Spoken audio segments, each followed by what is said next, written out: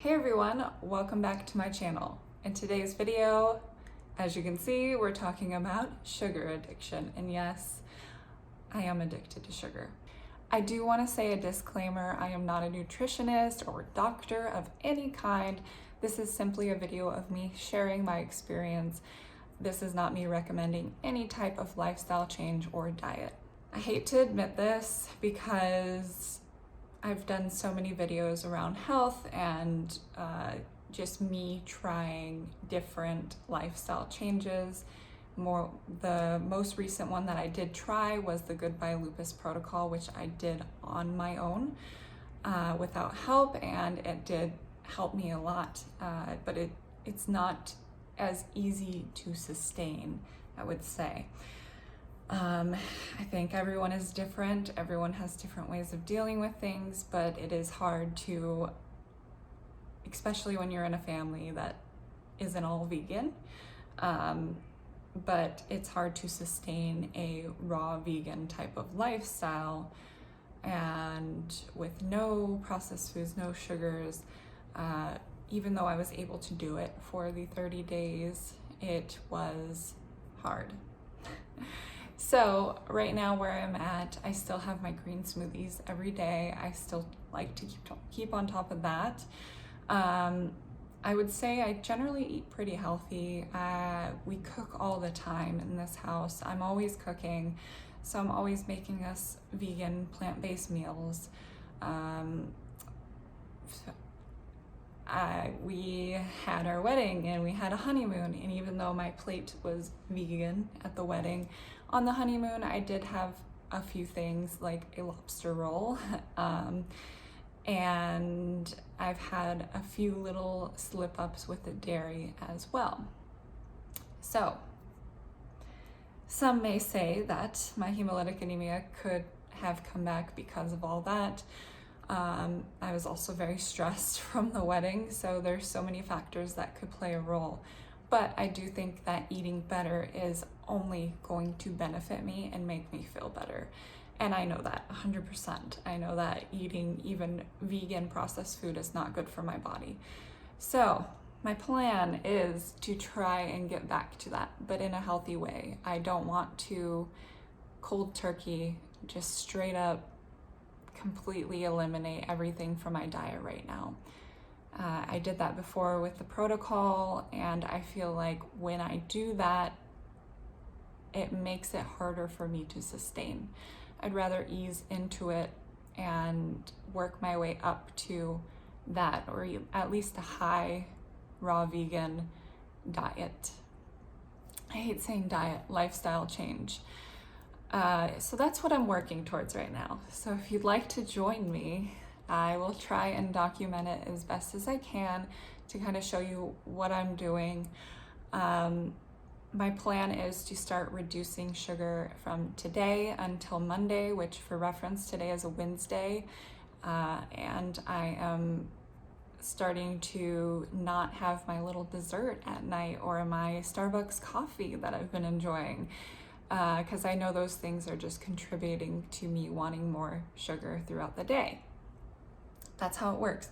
I know that when I did do this previously, which obviously raw vegan, there was no sugar involved other than from the fruit. And with that, you do get less cravings as time goes on.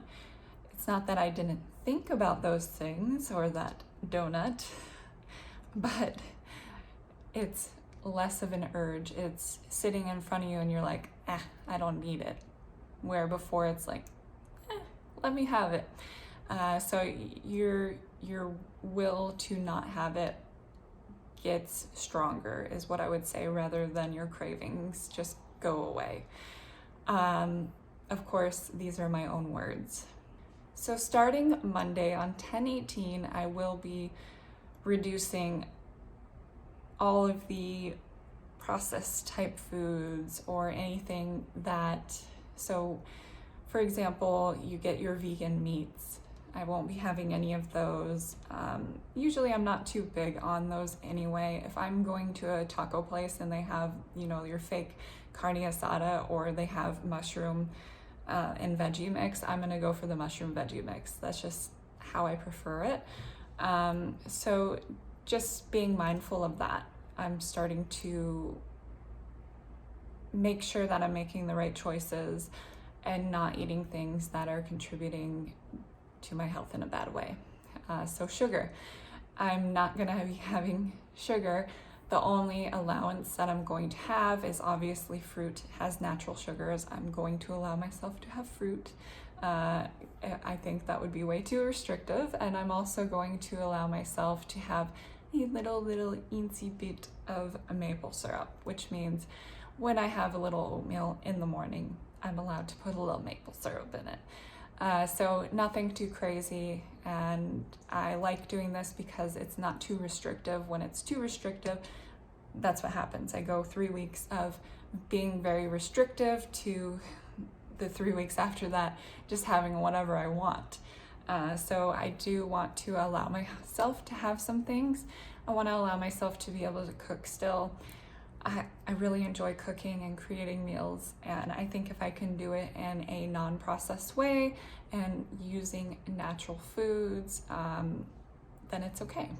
I will still be getting my purple carrot, but I'll be looking at the nutrition and making sure that I'm not adding in anything that's processed or has added sugars, and skipping those weeks if there are no options for me.